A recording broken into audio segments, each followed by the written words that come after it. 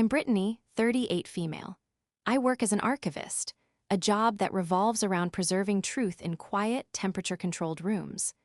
My life is one of order and fact, where every document has a place and every story is backed by evidence. I live in a small but comfortable apartment in the city, a good 2-hour drive from the suburban home where my brother, Derek, and I grew up. The home our mother, Carol, lived in until she passed away 3 weeks ago. My life was steady, predictable, and managed, which is why the chaos Derek was about to unleash felt like a Category 5 hurricane tearing through a library. The story I'm about to tell you is about how my brother tried to steal our mother's legacy with a single piece of paper and a well-rehearsed lie, not knowing that Mom's real final testament wasn't written on paper, but was hidden in plain sight, waiting for the right moment to speak the truth. Before this story unfolds, I'd love to connect with you. Please let me know in the comments where you're watching from and what time it is in your corner of the world. It's amazing to see how far these stories can travel. The last 6 months of my mother's life were a blur of hospital visits, hushed conversations with doctors, and the ever-present, cloying scent of antiseptic. Mom was a fighter. As a retired head nurse, she'd faced down illness and death her entire career, but this time, the enemy was inside her own body, relentless and unforgiving. I took as much time off work as I could, using up all my vacation days and even arranging to work remotely so I could be with her. I spent my weeks sleeping on a lumpy pull-out chair in her hospital room, fetching her water, reading to her, and just holding her hand when the pain was too much for words. We spoke about everything and nothing: childhood memories, my boring job, the silly neighborhood gossip she still kept up with. We updated her will with her lawyer, Mr. Chen, a meticulous process she insisted on, making sure every detail was perfect. "A clean house, Brittany," she'd say, her voice thin but firm. "No room for arguments when I'm gone." My brother, Derek, was a different story. His visits were fleeting, more like celebrity appearances than genuine care. He'd breeze in for 15 minutes, clad in a flashy suit from the car dealership where he worked, his phone buzzing incessantly. He'd kiss Mom on the forehead, tell her she looked great, a blatant lie we both ignored, and then spend most of the time talking about his sales numbers or a deal he was about to close. He always had an excuse for leaving early: a client to meet, a car to deliver. "Gotta keep the machine running, Mom," he'd say with a practiced smile. "These commissions pay the bills." Whose bills, I was never entirely sure, but they certainly weren't Mom's. I was the one handling her finances, paying her medical expenses from her savings, and ensuring her home was maintained. Derek contributed nothing, not a dollar, not an hour of his time that wasn't performative.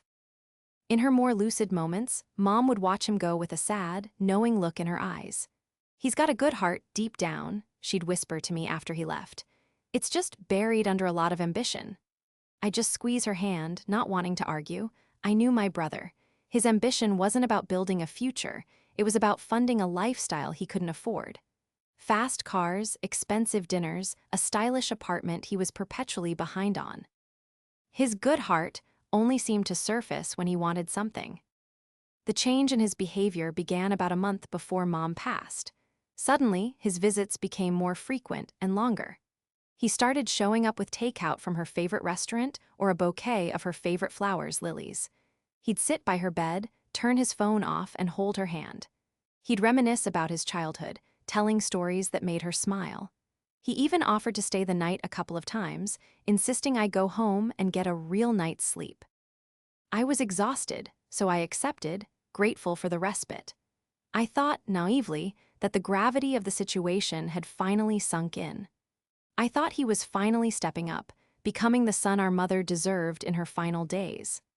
I saw this sudden devotion and felt a flicker of hope that maybe we could reconnect as a family, that Mom's passing could bring us together instead of tearing us further apart. Mrs. Flores, our neighbor and Mom's closest friend, was more skeptical. "It's a little late in the game for a change of heart, don't you think?" she said to me one afternoon over the fence as I was watering Mom's wilting rose bushes. "He hasn't lifted a finger for her in years, and now he's son of the year?" I defended him, saying that people can change, that facing loss can make you see what's important. Maria just shook her head, her expression gentle but unconvinced. Your mother is a sharp woman, Brittany. She sees everything, remember that. The last conversatio I had with Mom about Derek was 2 weeks before she died. She was weak, drifting in and out of sleep. I was adjusting her pillows when she grabbed my wrist, her grip surprisingly strong. Her eyes were clear and focused. Brittany, she whispered, her voice raspy, don't let him bully you. You know what's right, you know what I wanted. I told her not to worry, that everything was taken care of, that Mr. Chen had all the paperwork. She nodded slowly. Good, paper is important. But trust is more important, I trust you. She then told me about a key, a small, old-fashioned brass key she kept in the secret compartment of her jewelry box. The key is for you. When the time is right, you'll know what it's for. Don't mention it to Derek. She drifted off to sleep after that, and we never spoke of it again. The words were cryptic, but her tone was urgent. I found the key exactly where she said it would be and tucked it away in my wallet, a final, secret promise between my mother and me, unaware that it would soon become the key to unraveling a despicable lie. The whispers of doubt, from Maria and from my own mother, were there. I just chose to ignore them, hoping for a peace that was never meant to be. The funeral was as beautiful and heartbreaking as I could have made it. It was a crisp autumn day, the sky a brilliant, cloudless blue. The small chapel was filled with people whose lives my mother had touched, former colleagues from the hospital, members of her gardening club, old family friends, and neighbors like Maria Flores who had known her for decades. Everyone had a story about Carol Holly's, about her kindness, her quiet strength, her no-nonsense attitude that was always tempered with deep compassion. I delivered the eulogy, my voice trembling as I spoke of the woman who taught me how to read, how to be resilient, and how to find beauty in the orderly rows of a well-tended garden. I spoke of her courage in her final months, her grace in the face of unimaginable pain. Throughout the service, my brother, Derek, was the very picture of a devastated, grieving son. He sat in the front pew, his head bowed, dabbing at his eyes with a handkerchief. He held my hand in a tight grip, a gesture that in any other circumstance would have been comforting but felt strangely proprietary. When people offered their condolences, he would choke up, telling them, I don't know what I'm going to do without her. She was my rock. He spoke of how he had dedicated himself to her care in the final weeks, how he'd put his career and life on hold to be by her side. I stood by silently, a knot tightening in my stomach. His narrative was already taking shape, and I was being cast as the supporting character, the dutiful but distant daughter from the city, while he was the hero of the story. The reception was held back at our mother's house, the house I had spent the last week cleaning and preparing, sorting through a lifetime of memories. The air was thick with the smell of catered food and lilies, the same flowers Derek had been bringing her. He moved through the crowd of mourners with a practiced somberness, accepting hugs and pats on the back. He'd cornered Mr. Chen, the estate lawyer, by the fireplace. From across the room, I could see Derek's intense expression, his hands gesturing emphatically. He was laying the groundwork. The reading of the will was scheduled for the following Monday at Mr. Chen's office. The night before, Derek called me. Hey, Britt, just wanted to give you a heads up about tomorrow, he began, his voice low and serious. Mom and I had a long talk before she passed. She made some last-minute changes to her arrangements. She wanted to make sure I was taken care of, for everything I did for her at the end. My blood ran cold. What are you talking about, Derek? We finalized the will with Mr. Chen months ago. Mom was very clear about her wishes. Yeah, well, things change, he said dismissively. People have deathbed realizations. She knew I was the one who was there, day in and day out. She knew I sacrificed for her. She just wanted to make it right. Don't make a scene tomorrow, okay? It's what she wanted. He hung up before I could respond, leaving me staring at my phone in disbelief. A scene? He was accusing me of being the dramatic one, while he was the one plotting to rewrite our mother's final wishes. I clutched the small brass key in my pocket.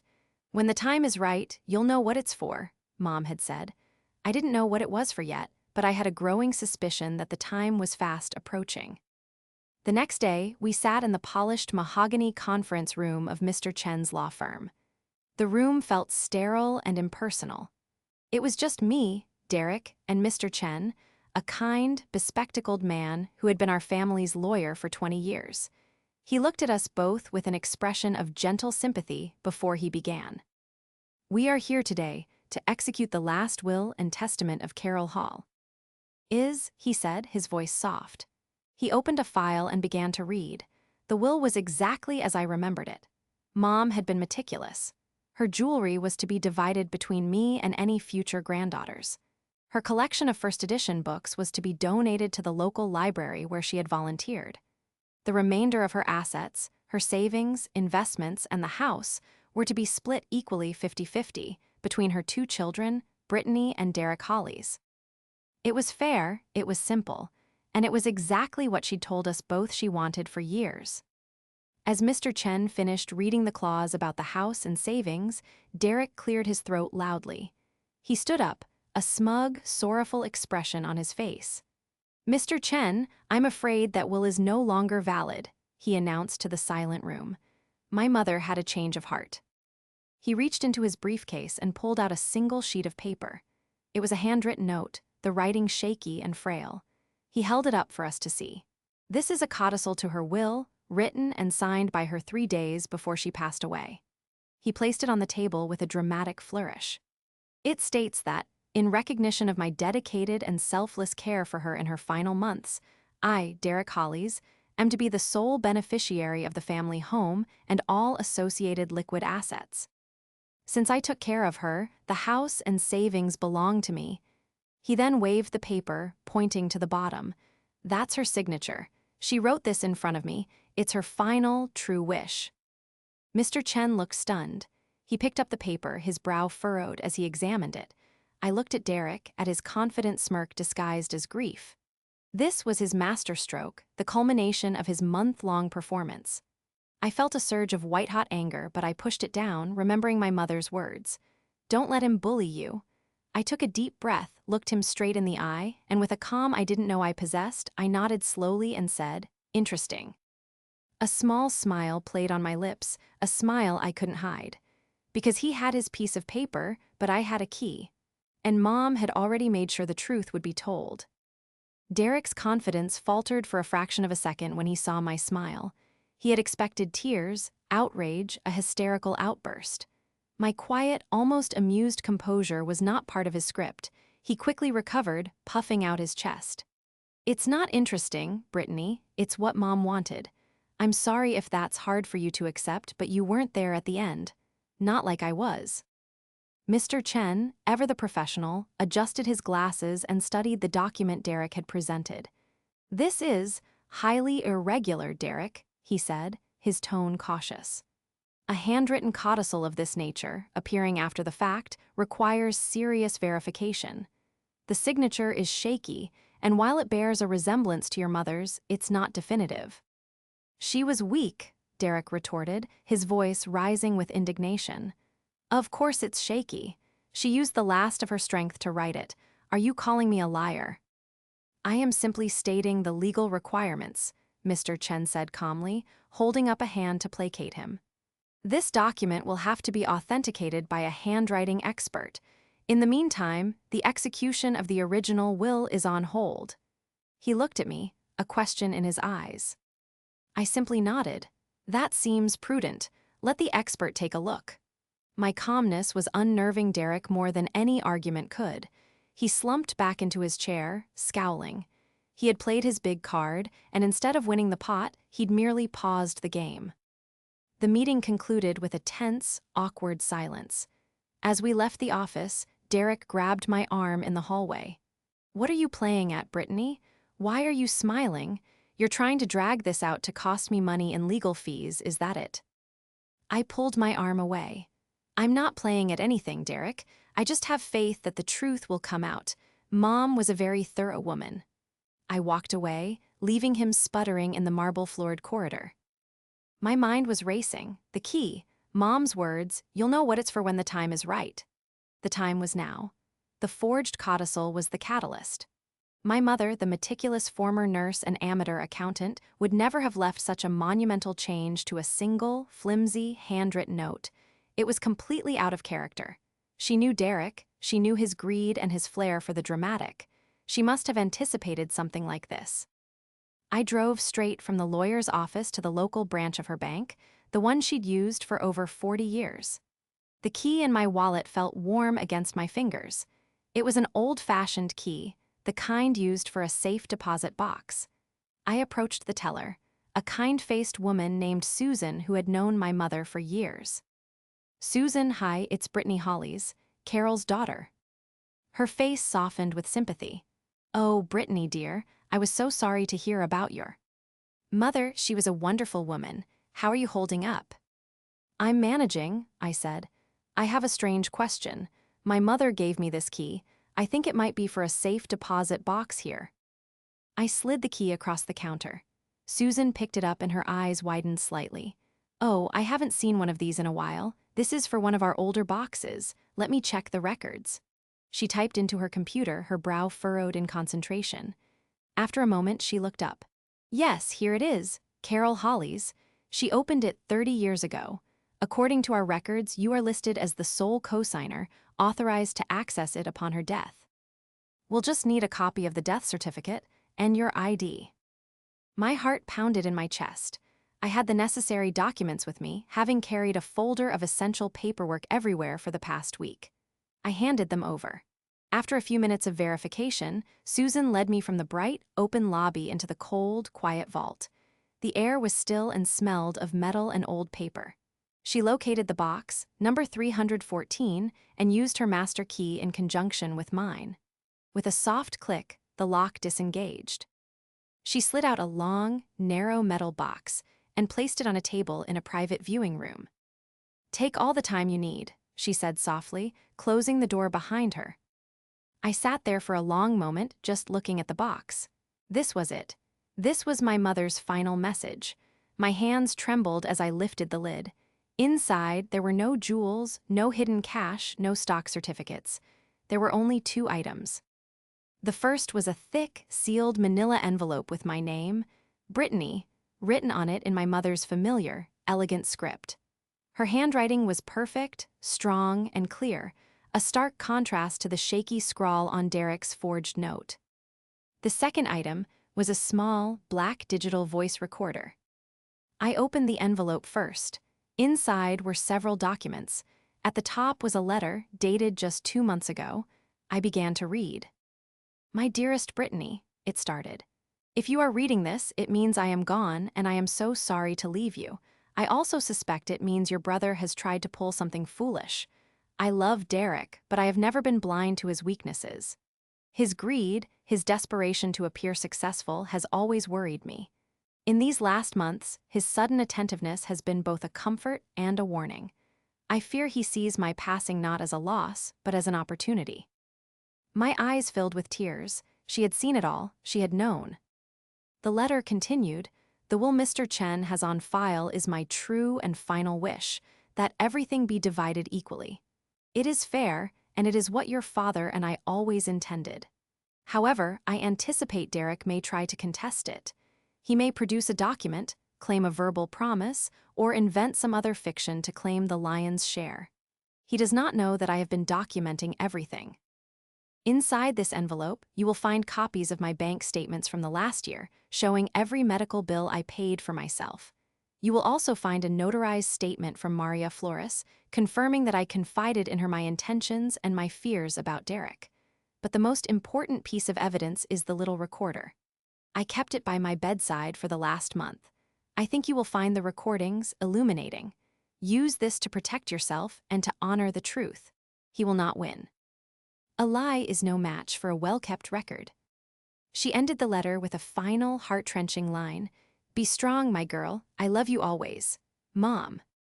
I wiped my tears and picked up the small digital recorder. My hand was steady now, my grief momentarily replaced by a cold, clear sense of purpose. I pressed the play button. The first recording was dated 4 weeks prior.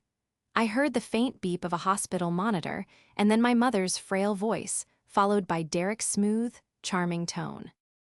My blood ran cold as I listened to my brother trying to manipulate our dying mother, not knowing that every word he spoke was being carefully, silently, archived. I sat in the sterile quiet of the bank's viewing room for over an hour, listening to the recordings.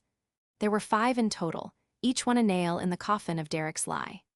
Each recording began with the soft, almost imperceptible click of Mom pressing the record button, usually after Derek had just arrived in her room. He was clearly unaware he was being recorded. His voice was casual, unguarded, and dripping with a sickening, manipulative sweetness. In the first recording, he was talking about his finances. "The commission on that new SUV is going to be huge, Mom, but it won't hit my account for another 60 days. I'm just a little short right now. If I could just borrow a couple thousand to cover my rent, I'll pay you back as soon as it comes in. I promise." My mother's response was soft but firm. "Derek, we've talked about this. My savings are for my care. I can't give you any more money." There was a L. Ong pause, then Derek's voice, tight with frustration. "Fine, whatever. I'm just trying to stay afloat here." So much for the devoted son putting his life on hold. The second recording was even more damning. He was actively trying to get her to change the will.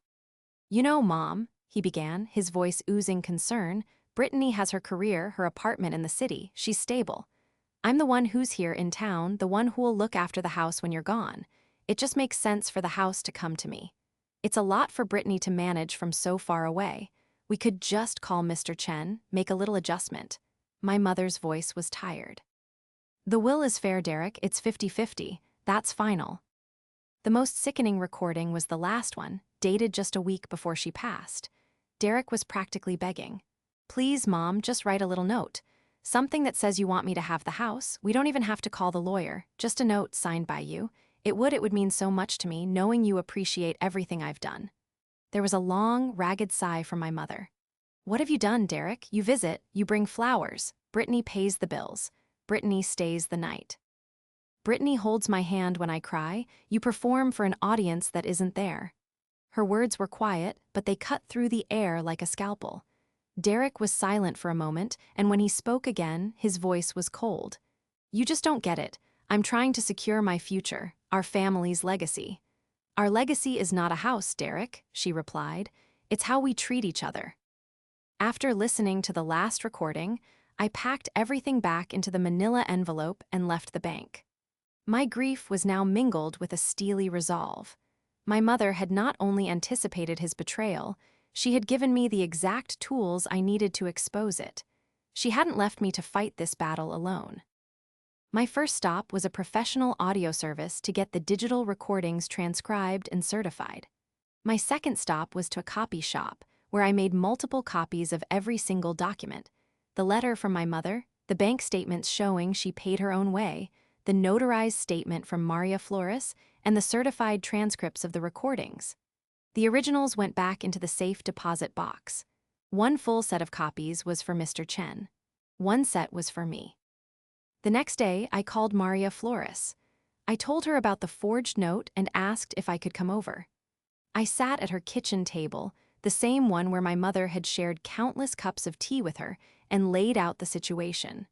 When I mentioned the notarized statement Mom had left in the box, Maria simply nodded, a sad smile on her face. "Oh yes," she said, her voice full of warmth. "Your mother called me to her hospital room about 2 months ago. She had Mr. Chen's paralegal meet us there. She told me she was worried about Derek. She made me write down everything she'd told me over the years: how she'd given him money time and again, how he never paid it back, how she feared he would try to take advantage after she was gone. She said she needed a witness, someone who knew the truth. I signed it, the paralegal notarized it, and she told me she was putting it away for you, for safekeeping." Maria reached out and patted my hand. "Your mother was a smart woman, Brittany. She loved you both, but she knew you were the one who had your head on straight. She was just making sure the truth was protected." My final piece of investigation was a bit more personal. I couldn't shake the image of the forged signature. Where would Derek have gotten the idea to even attempt it? I drove to Mom's house, which was still empty and silent, a time capsule of her life. I let myself in with my key and went to her office. She had been meticulous with her records. I started going through her old checkbooks from the last year, and then I found it. A check from 6 months ago, made out to Derek for $500. The memo line read, "Car repair loan. But it was the signature that caught my eye. It was slightly wobbly, a bit uncertain. I cross-referenced it with her hospital admission records. The check was dated 2 days after she'd had a minor stroke, which had temporarily affected the motor skills in her right hand. It all clicked into place. Derek had seen her signature when it was at its weakest and most vulnerable. He hadn't forged her strong, healthy signature. He had forged her sick, shaky one. He probably thought it would be more believable, that it would perfectly match the narrative of a dying woman signing away her legacy with her last ounce of strength. He had taken a moment of her weakness and tried to turn it into his greatest strength. It was a calculated, cruel piece of forgery. I took a photo of the check and the corresponding entry in her check register. This was the final piece of the puzzle. I had his motive on tape, and now I had the template for his crime. The portrayal wasn't just damning. It was a complete and utter indictment of his character. With my evidence gathered and meticulously organized, I scheduled a meeting with Mr. Chen. I walked into his office not as a grieving daughter, but as a prepared archivist, armed with facts and documentation. I laid the folder on his mahogany desk. "I believe I have some information that will be very relevant to the matter of my mother's will," I said, my voice even and steady. Mr. Chen listened intently as I walked him through everything. I started with my mother's letter, his eyes softening as he read her words. I then presented the bank statements, highlighting the medical payments that proved she was financially self-sufficient and not reliant on Derek's sacrifices. I showed him the notarized statement from Maria Flores, which he read with a grim nod. Finally, I handed him the certified transcripts of the audio recordings. As he read the transcripts, his professional demeanor cracked. His expression shifted from sympathy to quiet fury. He read Derek's attempts to coax money from our dying mother, his manipulative pleas to change the will, and her heartbreakingly firm refusals. By the time he finished the last page, he took off his glasses and rubbed his eyes, looking older than he had a few minutes before. "In 30 years of practicing estate law," he said, his voice low, "I have seen a lot of family greed. But this is a new low. To prey on his own mother in her final days is unconscionable." "There's more," I said. I slid the photo of the check with her shaky signature across the desk. "I believe this is the signature he used as a model for his forgery." Mr. Chen looked at the photo and then at the copy of the note Derek had produced. He shook his head in disgust. "It's a perfect match. He didn't even try to hide it. He was counting on us being too blinded by grief to look closely." He looked at me, his eyes filled with a new respect. "Your mother was a remarkable woman, Brittany. She was not only smart, but she was brave. She armed you for this fight. So what do you want to do? We can take this to the district attorney."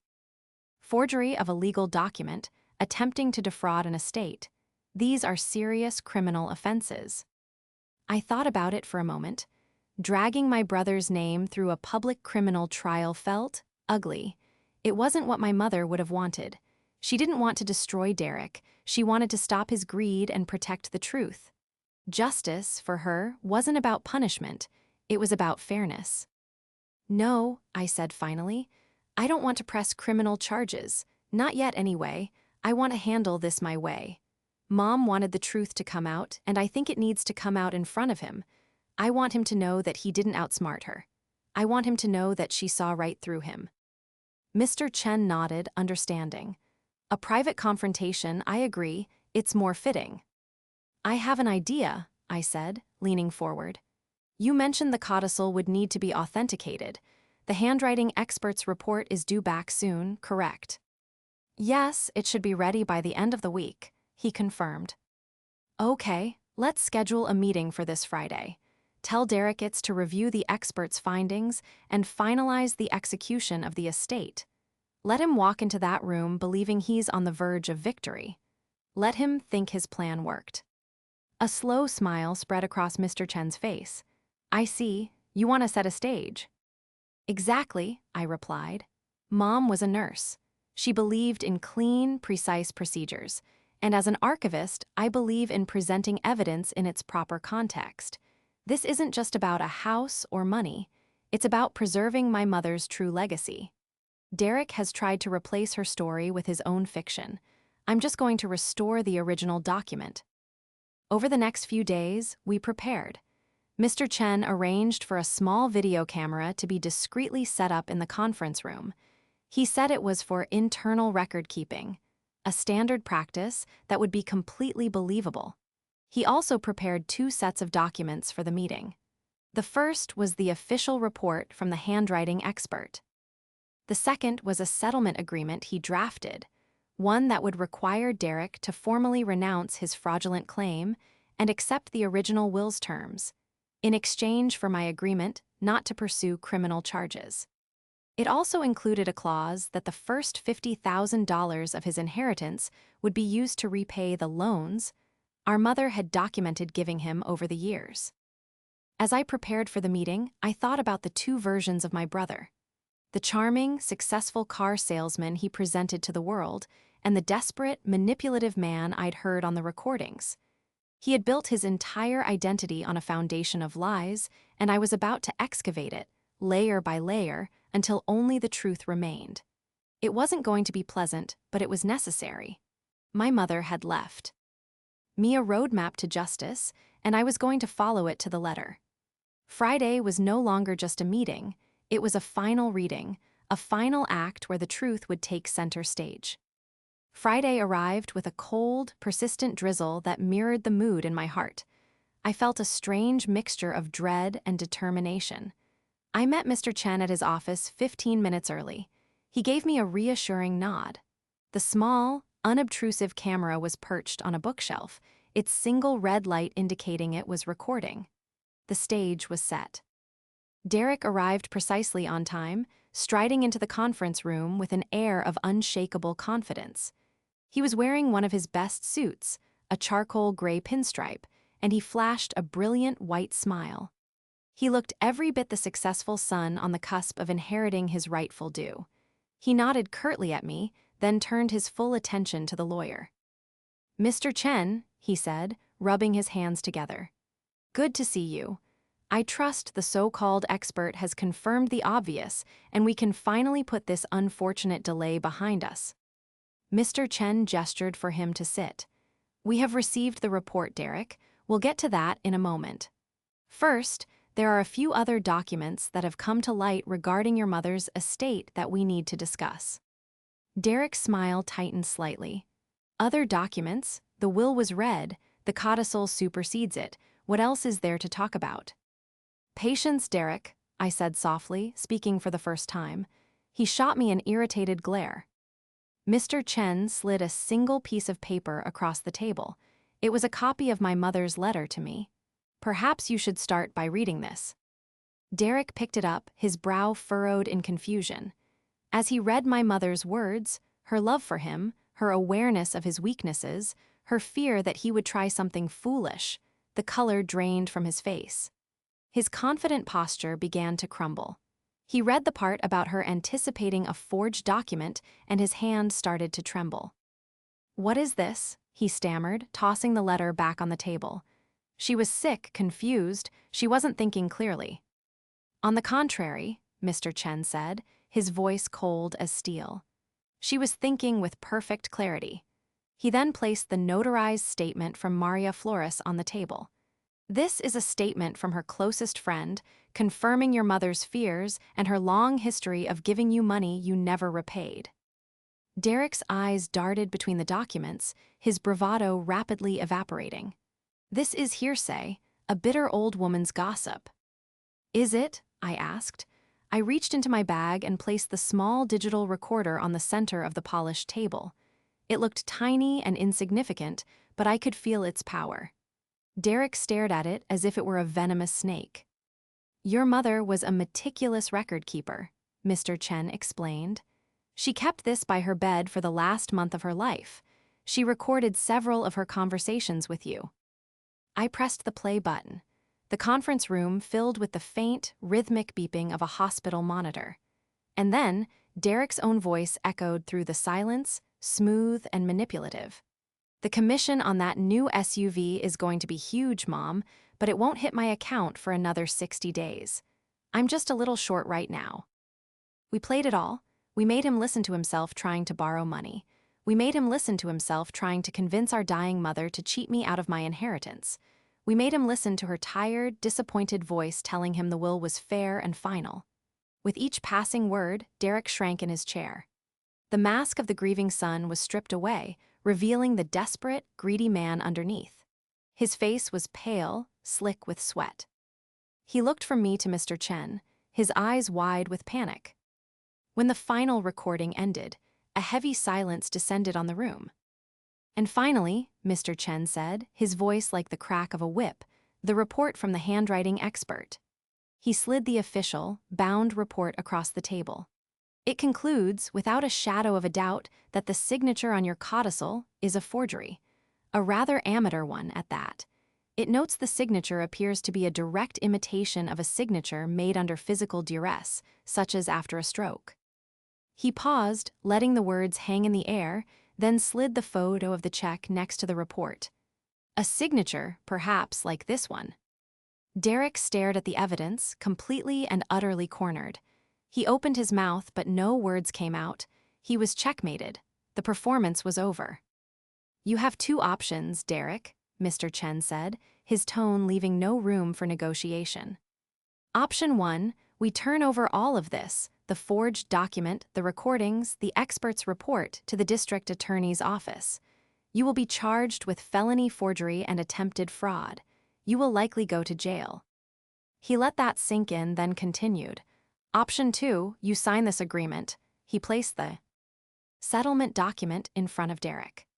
"This document states that you admit the codicil was a forgery, that you renounce any and all claims outside of the original will, and you agree that the first $50,000 of your inheritance will be used to repay the undocumented loans our mother gave you. In return, Brittany agrees not to pursue criminal charges. You will receive your share, minus what you already took from her. The choice is yours." Derek sat there, trembling, defeated. The man who had walked in expecting to inherit a house and a fortune was now staring at the wreckage of his own deceit. He looked at me, his eyes pleading for the first time. There was no anger, no apology, just the raw terror of being caught. I said nothing. I just met his gaze, my expression unreadable. This wasn't about forgiveness. It was about consequences. After a long, agonizing minute, he picked up the pen with a shaking hand. He didn't even read the agreement. He just flipped to the last page and signed his name. His signature, once bold and confident, was now small and shaky. He pushed the document back across the table, stood up without a word, and walked out of the room, leaving the truth and his shame behind him. In the weeks that followed the confrontation in Mr. Chen's office, a profound quiet settled over my life. The storm had passed, leaving behind a landscape that was both familiar and irrevocably changed. The execution of my mother's true will proceeded without any further issues. The house and her savings were appraised, and the assets were split exactly as she had intended, 50-50. As per the agreement Derek had signed, the documented loans he had taken from her over the years were deducted from his share before the funds were transferred. He received his inheritance, a substantial sum by any measure, but diminished by his own greed. He never contacted me. There was no angry phone call, no text message filled with excuses, and certainly no apology. He simply took the money and vanished from my life.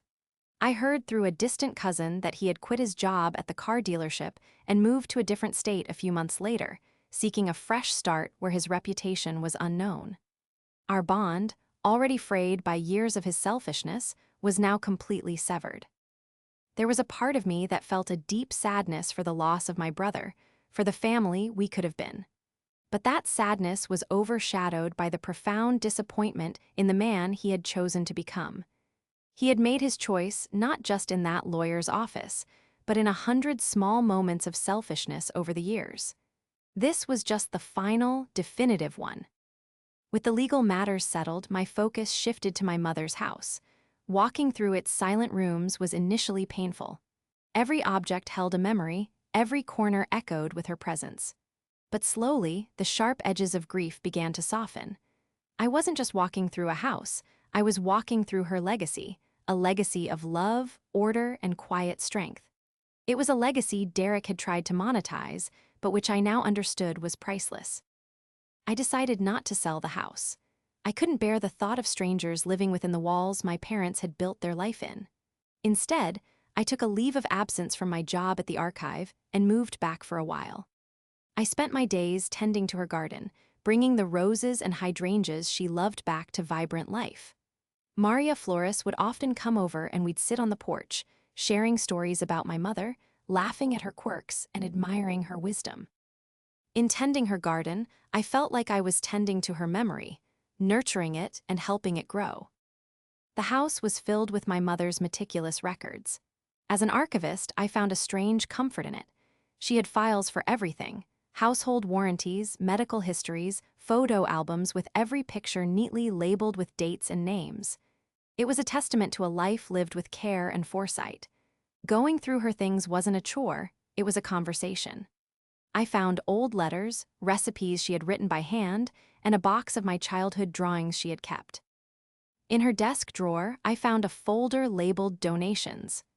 Inside was a list of charities she had supported for years: the local library, the hospital's nursing scholarship fund, and a community garden project.